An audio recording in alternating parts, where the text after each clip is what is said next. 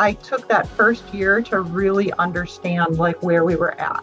And like that's some of the best advice I can give librarians in their districts too, is like before you embark on some huge project to create a library plan or to move your district forward, really get to know your district. And so in my case, it was getting to know the state and what was going on in our urban communities and our rural communities, what library staffing looked like in general.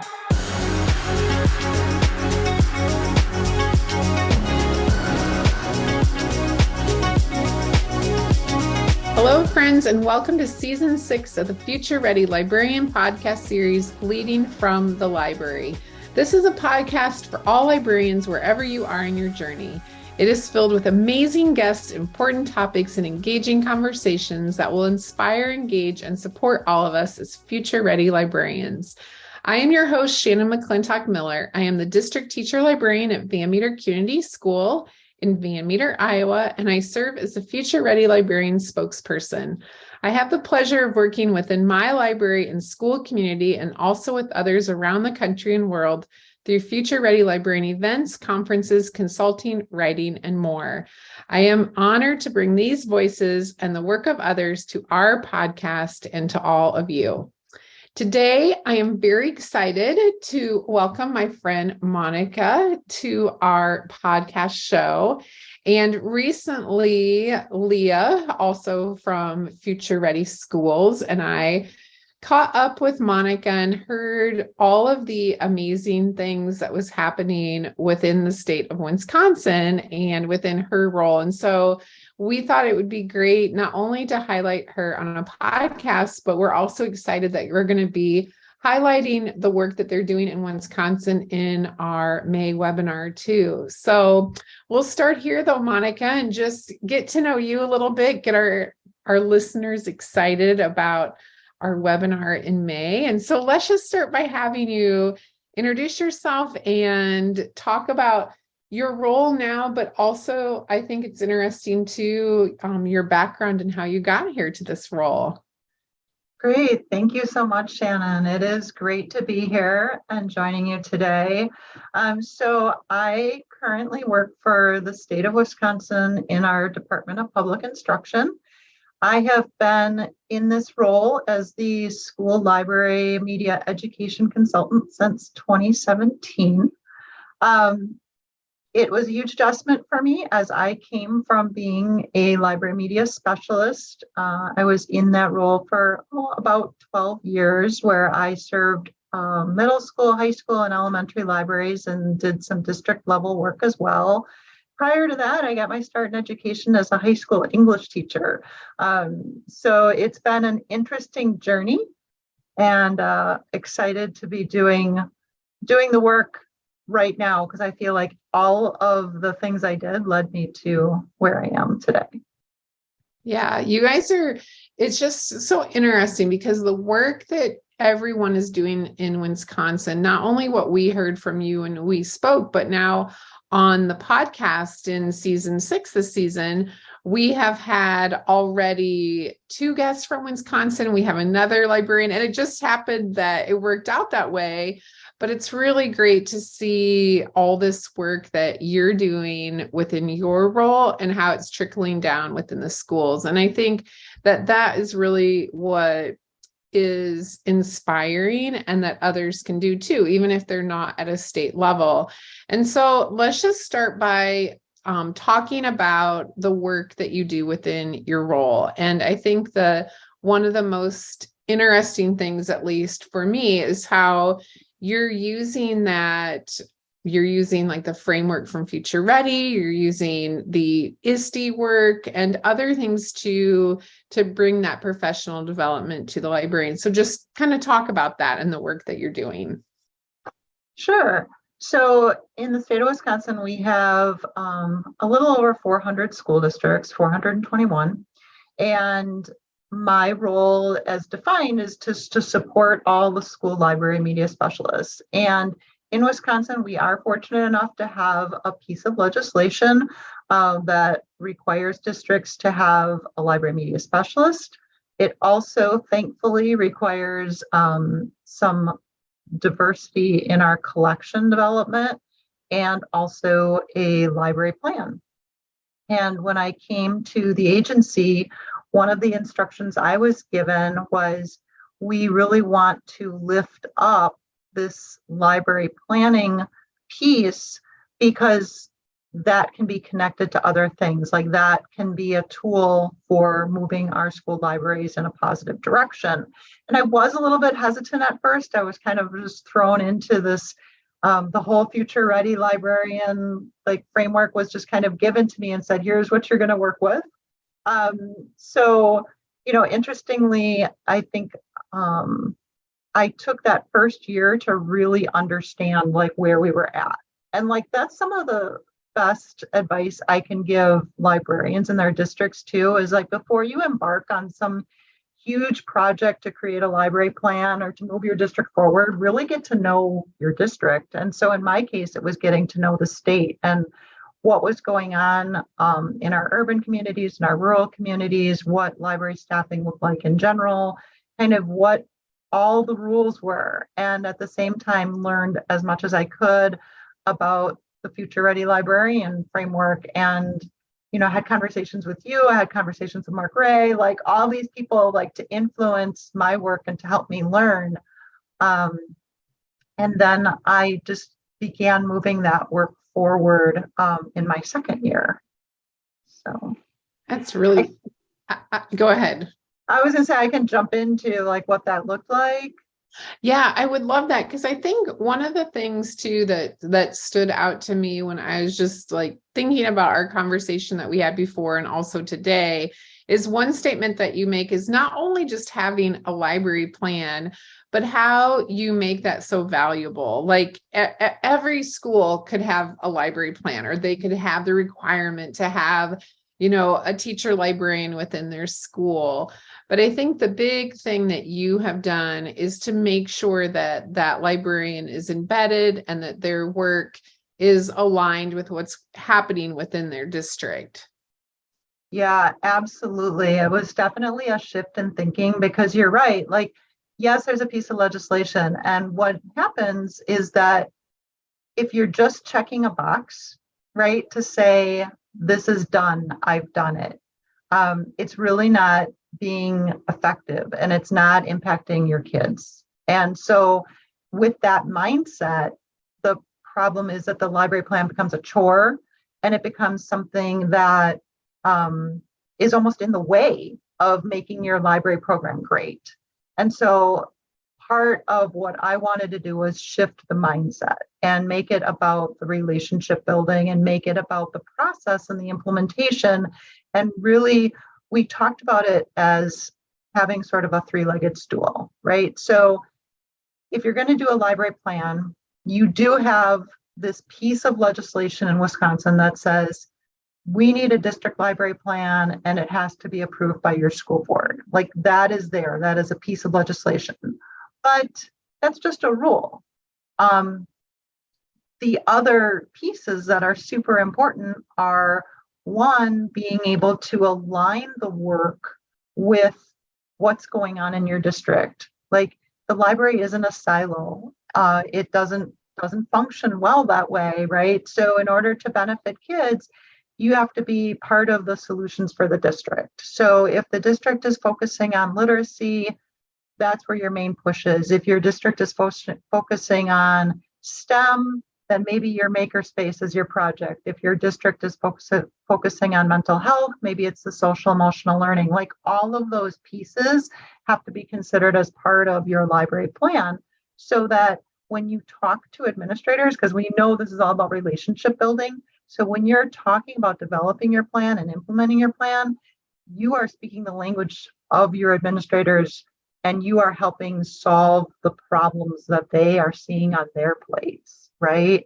So I often would use the example of your collection development. Many librarians, myself included, love collection development, right? Like, it's easy to just dive in and really want to do that collection development. But if your administrator isn't seeing that that's the priority area, then maybe that's not your goal area. You're still going to do it, right? Your library plan incorporates all the things you're going to do, but you have different goal areas. So then the third piece of that stool becomes best practice. And I think there's even a quote in your book, Leading from the Library, about having all the things, all the balls in the air, like you're juggling so many different things. But sometimes we have to ground ourselves in the work. We have to ground ourselves in the priority areas. And when you have a library plan, you can kind of take a step back when things get absolutely crazy, and you can say, all right, my school board, my administrators, everybody approved that the priority areas for my work are this. So if I have to say no to something, I'm going to say no to something that's not in those priority areas, right? So it gives you that freedom of being able to really focus your work and be very, very intentional. And then beyond that is that, okay, so we've implemented the plan using that three-legged stool. Well, now as we circle around, we're able to gather the data and information that leads to showing growth and development and showing that our library program is really meeting the needs of students and moving forward. Yeah, I love that. And I wish that everyone had that, because then you have that support. And oftentimes, just like you said, we are a silo within our libraries, and our libraries have the potential to have an impact on every single part of our school communities. And so that's something that I admire about the work that you do, but also I think that listeners would find it interesting to hear how librarians have used their plan to build these relationships in their district, because that is something that we all want to do, right? And so I would love to hear about that too. Yeah, so one of the things that I've seen most recently in a couple of different districts is that, it's been very hard for some of our districts to get in front of their school boards, right? So sometimes the librarians will be able to create these plans, but then the challenge is having the administrative buy-in and then bringing it to the school board. And there's a variety of reasons why that can happen. And with the pandemic, our school boards were so busy with a variety of things that sometimes things moved on the agenda. But what we saw was when people did get in front of the board and talked about not just the plan, but the program as a whole, because part of that planning process is really evaluating your entire program and then kind of determining your goal areas. So part of your presentation is, how did you get to those goal areas and why are they important for your library? What we saw was school board members were kind of amazed by all the different things that happened in school libraries, and they didn't know what they didn't know, from administrators all the way up to school board members. And then there's at least two instances that I know of, and I'm sure there's more, where school board members had questions, for example, about things that are surfacing in the media now regarding collections. So then they asked their librarians to come back and explain, how do you select books for your library, right? So it gave an opportunity to talk more about the library program and build that trust and build that relationship. So then if questions come into that school board, they're going to know their librarian, they're going to know their library program, and they're going to be proud of what their library program is doing.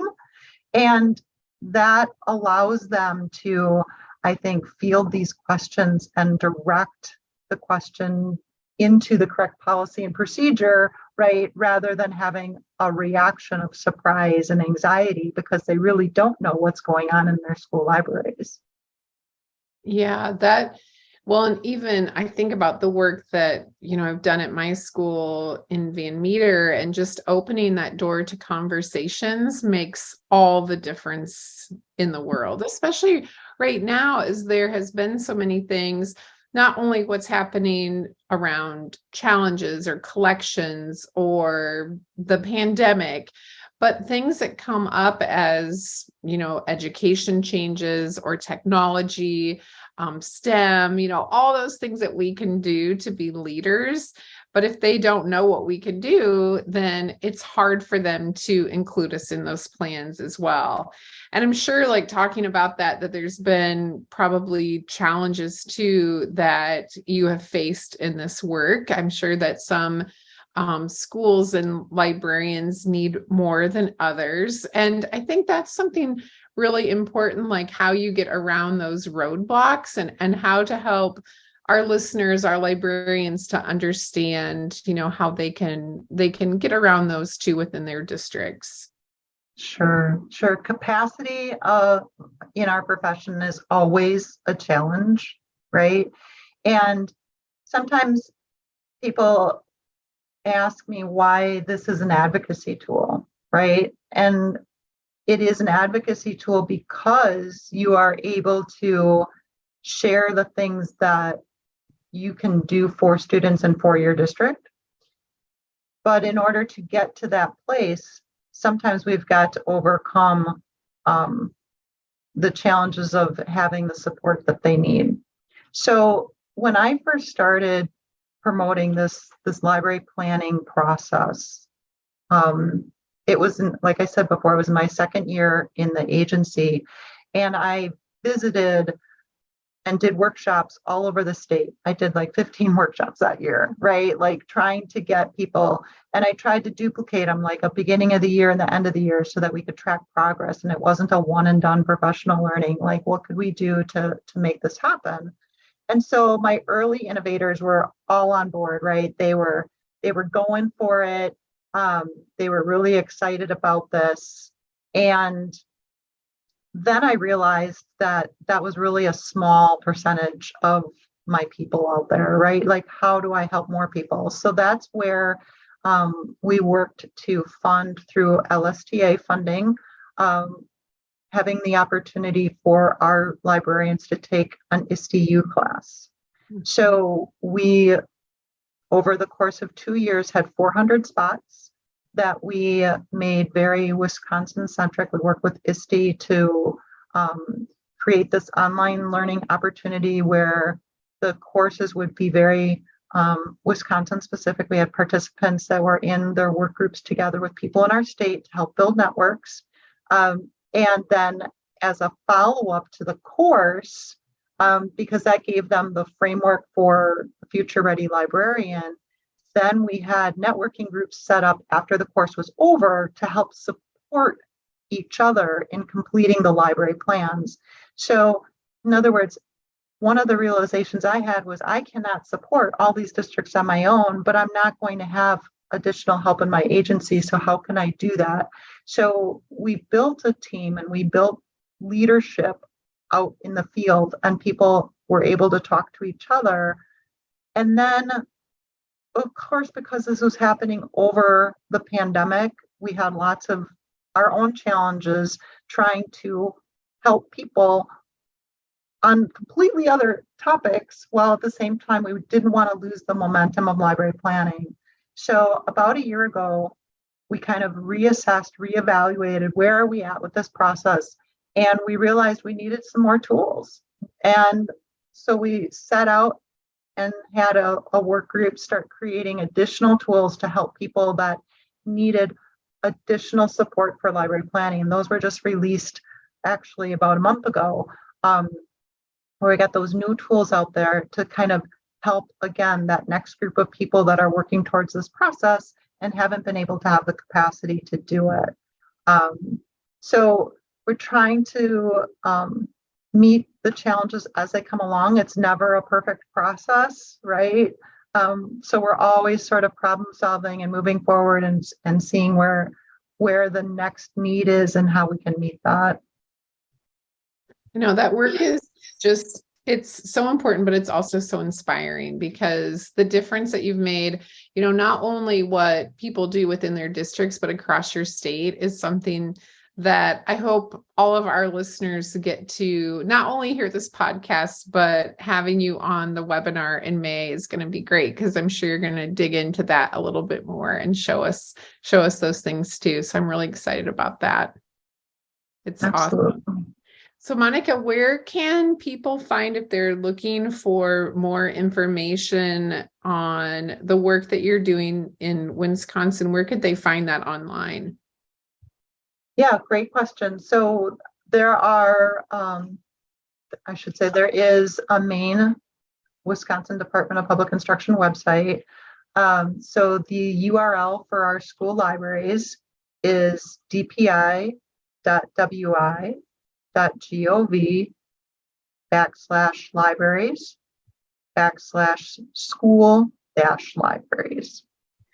And from that page are all our resources, including an entire page devoted to future ready librarian planning.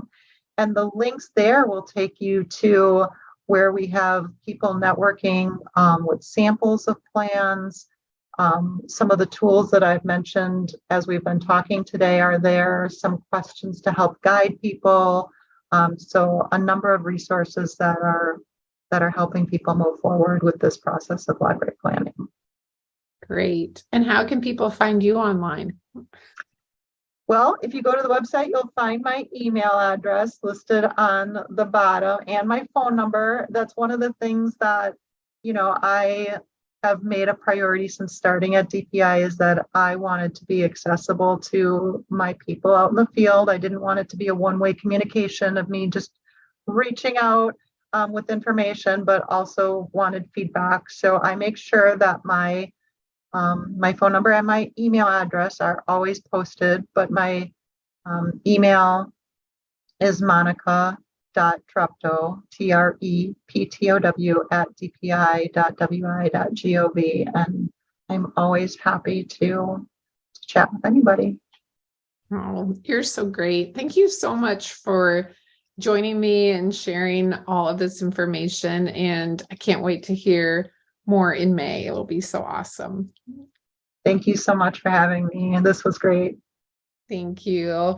You'll be able to also find Monica's information attached to this podcast. I'll make sure to include that URL along with any resources that we might be able to share and a certificate of professional development that you can download and fill out to use.